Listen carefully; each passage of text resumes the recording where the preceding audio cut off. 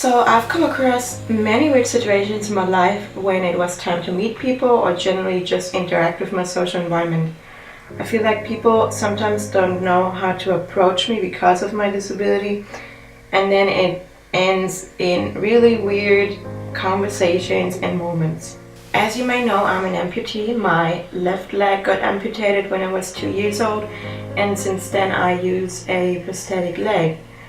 When I walk, it doesn't look as normal as you would look like when you walk, but I'd say that I get by pretty well. So when I meet people, there are different ways of how they treat me, depending on how open-minded they are for the issue.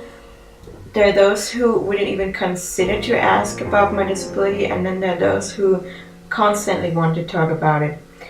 I think the key is to find something between those extremes, because it's not okay that you ignore it, but then it's also not okay to make that the only thing about that person, because there's so much more to know about that person. It's just one aspect. Don't be afraid talking to differently abled people.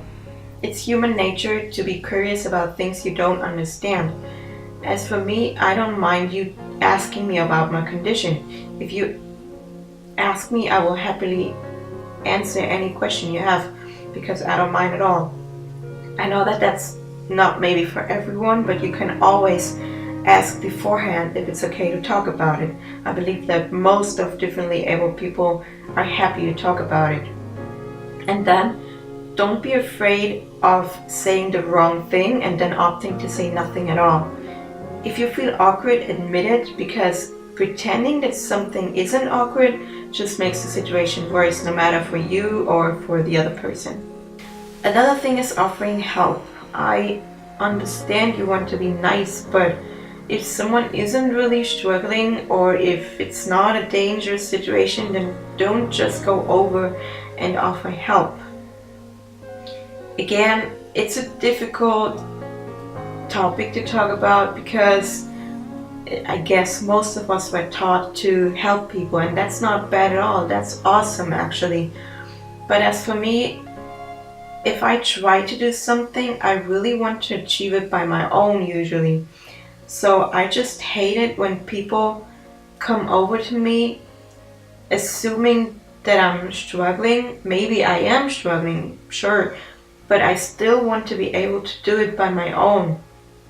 So if I need help, I think I will ask.